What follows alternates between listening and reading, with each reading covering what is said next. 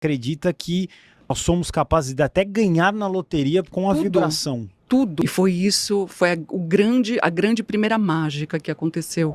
Quando que você começou a trabalhar o tema da riqueza, da espiritualidade? Quando que você começou a olhar para isso, unir isso dessa forma?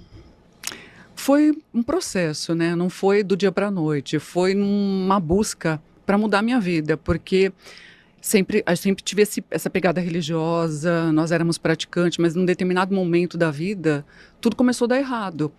E a gente acreditava que tudo estava fora, que existia, que Deus era um Deus que estava muito longe da gente, que Ele escolhia no palitinho quem ia se dar bem na vida, quem ia ser rico, e que quem nascia pobre estava fadado a ser pobre. Nós éramos um mar de crenças limitantes. A gente não tinha consciência de que a mente cria a realidade, e o que tinha de programação na nossa mente, da minha família, de todos nós, estava criando dificuldades. Com isso, a gente entrou no fundo do poço, ao ponto de depender de pessoas fazerem cesta básica para a gente. Todos ficaram sem emprego, todos, meu pai, todos nós. E a gente achava que tinham feito macumba para nós. Chamamos até o padre para benzer a nossa casa, mas tudo só piorava, cada vez mais piorava. A gente não entendia que como nós estávamos só olhando e vibrando nas perdas, né?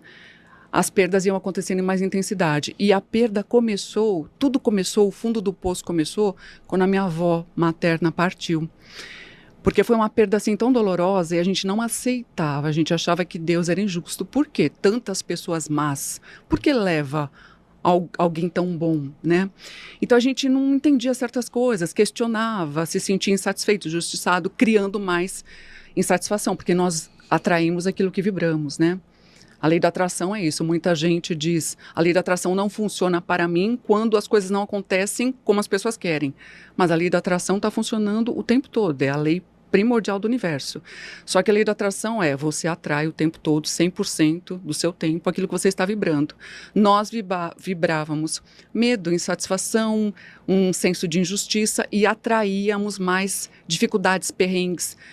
Até que eu encontrei uma pessoa que era muito praticante numa outra religião, na messiânica, na verdade. E a messiânica é de origem japonesa, como a Seishonoye. E eles têm essa pegada de praticar a gratidão, de agradecer por tudo.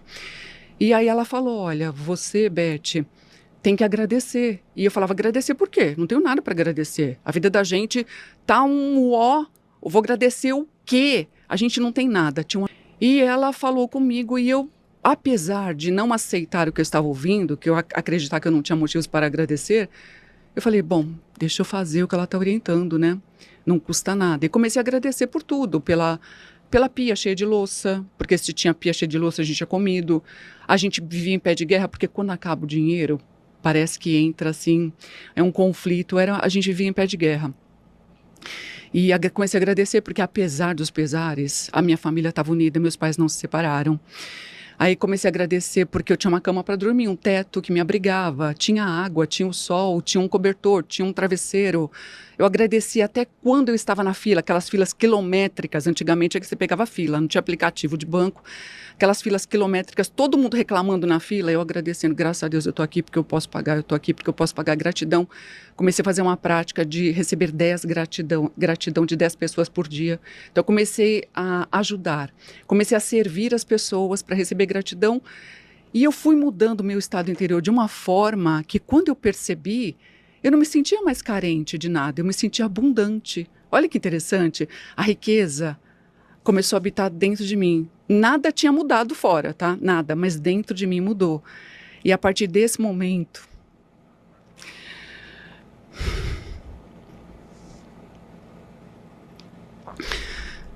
aconteceu uma coisa muito interessante, porque o meu pai, eu amo meu pai, mas eu criticava muito meu pai, porque meu pai ele tinha o vício de apostar, sabe? E a gente não tinha dinheiro, e mesmo assim ele não tinha perdido esse vício de apostar, que ele tinha herdado do meu avô. Meu avô, ele era um apostador, assim, que ele perdia tudo, a gente vivia tendo que ajudar financeiramente, ele só não perdeu a casa, porque estava, assim, segura no nome do meu pai, mas o meu avô apostava em cavalos, e o meu pai apostava na loteria. E aí aconteceu uma coisa muito mágica com a minha mudança de sentimento. Meu pai ganhou na loteria. Na época ele ganhou o equivalente a 300 mil reais. E com isso ele quitou toda a dívida com a agiota. A nossa vida, conseguiu a gente colocar a vida nos eixos. E foi uma coisa muito mágica, sabe? Através da mudança interior. Então eu falo muito para os meus seguidores, que eu chamo de deusinhos, né? Que o poder está sempre na gente. A mudança não está fora, você não depende de nada fora. Tudo que você quer manifestar fora, você tem que mudar, criar dentro. Aqui, ó, na mente, no coração, no sentimento. E foi isso, foi a grande primeira mágica que aconteceu. A gente não ficou rico, mas a gente saiu do fundo do poço. Saímos.